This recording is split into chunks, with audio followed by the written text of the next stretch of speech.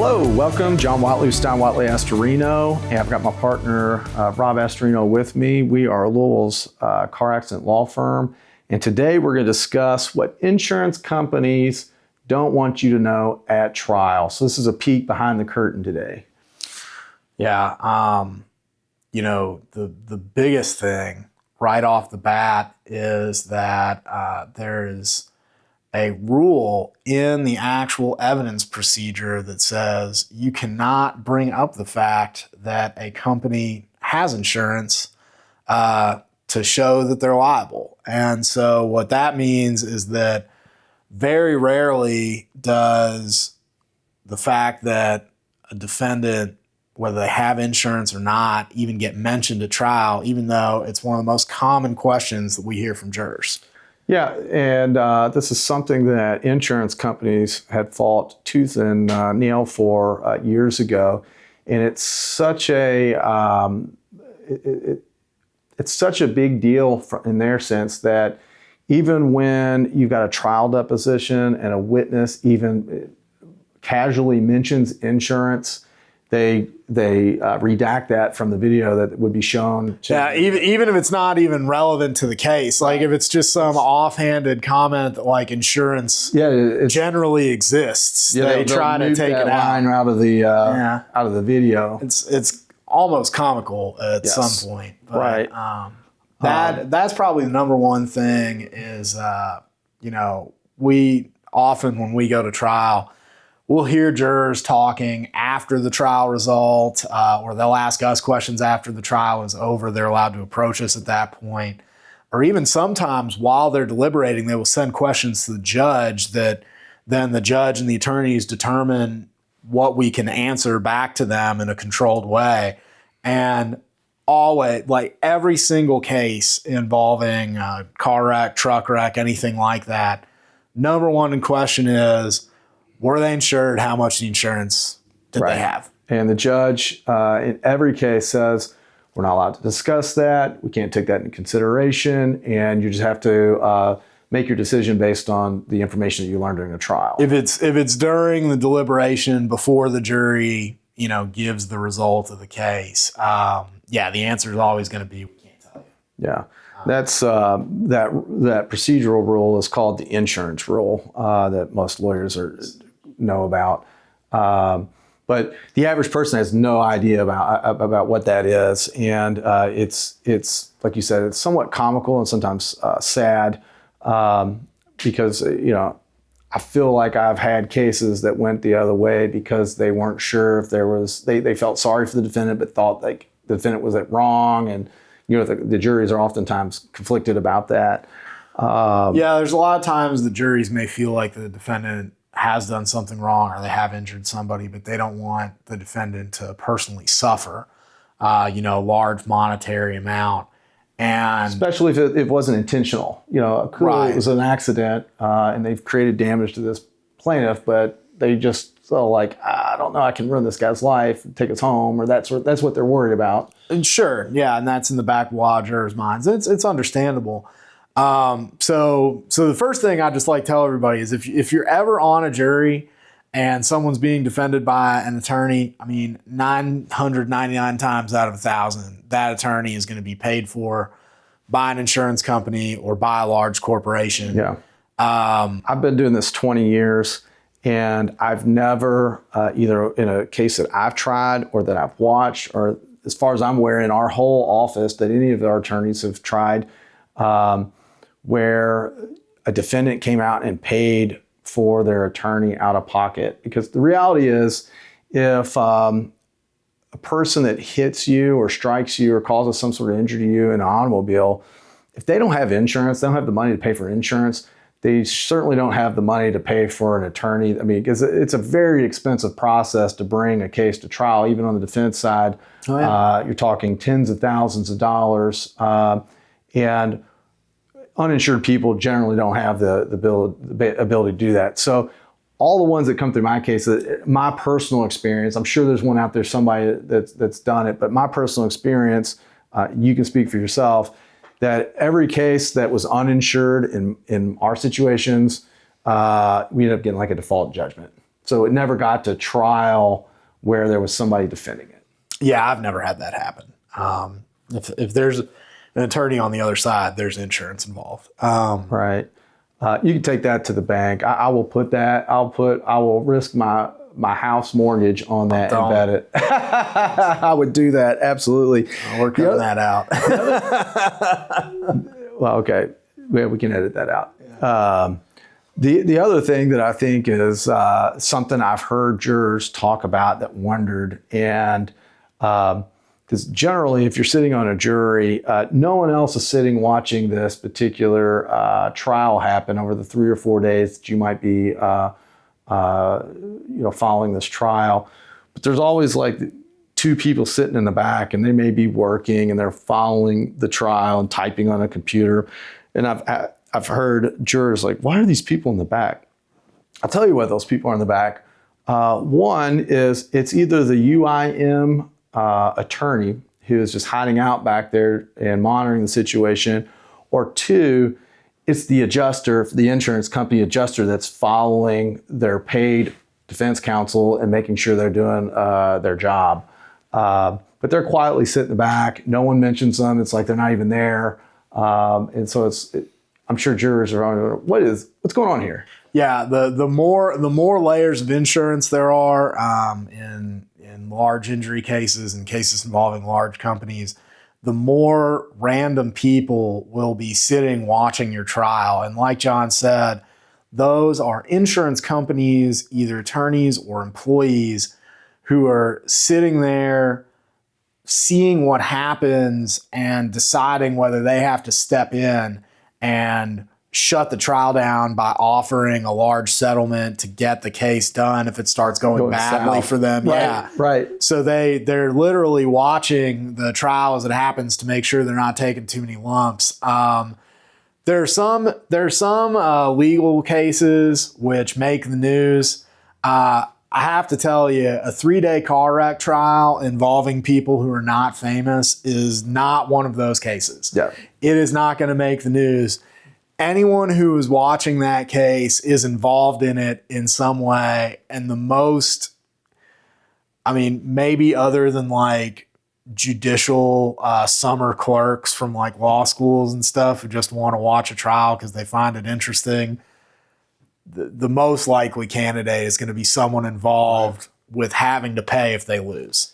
And that also, there's another, they're very, very similar, but it is another rule that allows for, in this particular case on a UIM claim, let's describe that really quickly. A UIM claim is an underinsured motorist claim, which means that's your insurance company, if you're the plaintiff that's sitting back there that's working against you in your own case, and they get the benefit because you're suing them. They're a named party, but earlier in the litigation, they bifurcated themselves out of it so that they don't have a seat at the table, so that the jury doesn't know they exist.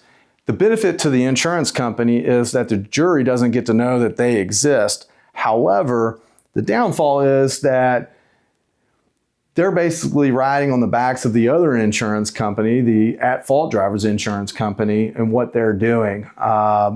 So there's So like we said at the very beginning, the insurance rule that you can't talk about insurance at trial, that only takes effect if you're suing a party who has wronged you. If you're actually suing your own insurance company because they have a contractual duty to pay you for the damage that you've incurred, there's nowhere for them to hide. You literally, even though you can't bring up like the insurance contract itself and how much the insurance contract is for and all those things, you're literally suing the insurance company. So they can't just not call themselves an insurance company, and everyone is smart enough to figure that out. But there are processes where even sometimes if they are responsible for paying the money, if someone else caused it, they still make you sue that other person. They kind of hide out in the back and not really tell you. They hide behind the other driver. That they're involved, even though they are. Yeah. So that's what John was trying to get at there. And it's, again, the more people sitting in that courtroom, generally, the more layers of insurance there are. Right.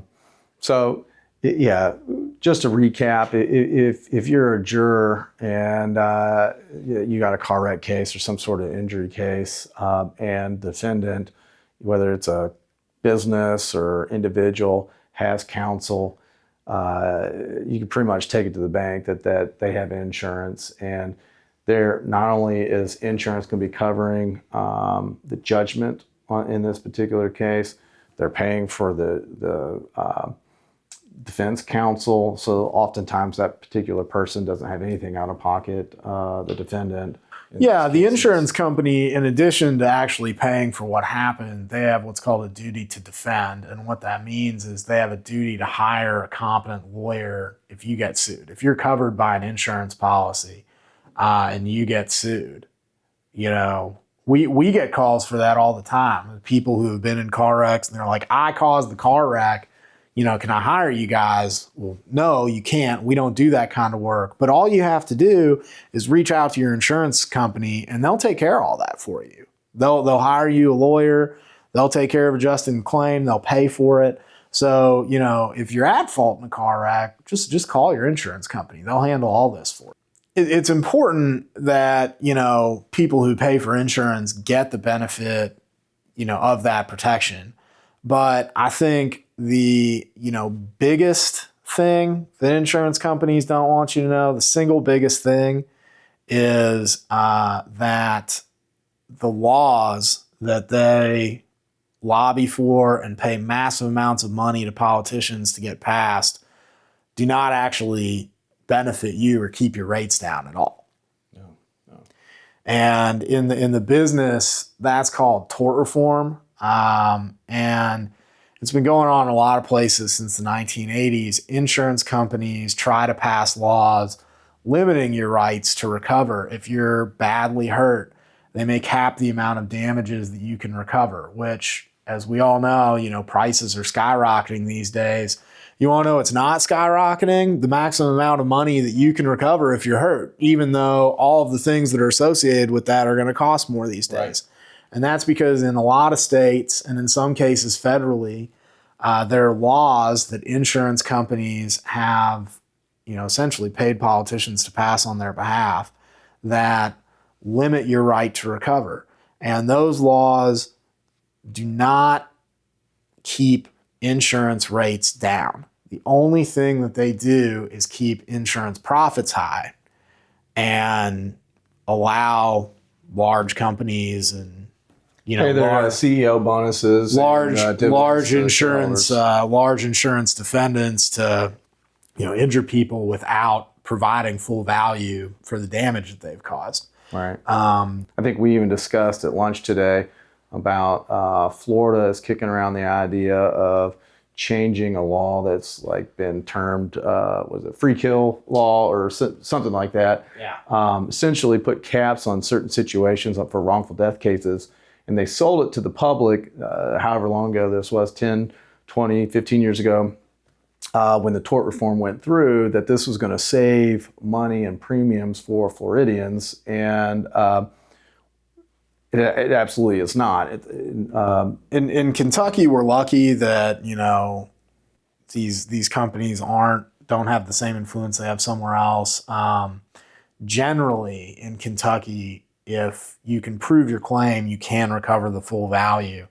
But there's very dark sentiment in Indiana by the insurance defense, groups that basically say in Indiana, it's cheaper to kill you than to hurt you, because there's a law in Indiana that if you do not have any minor children and you're not married, there's a limit to what you recover. Yeah, you don't have any value as a human. It is shockingly low. Yeah.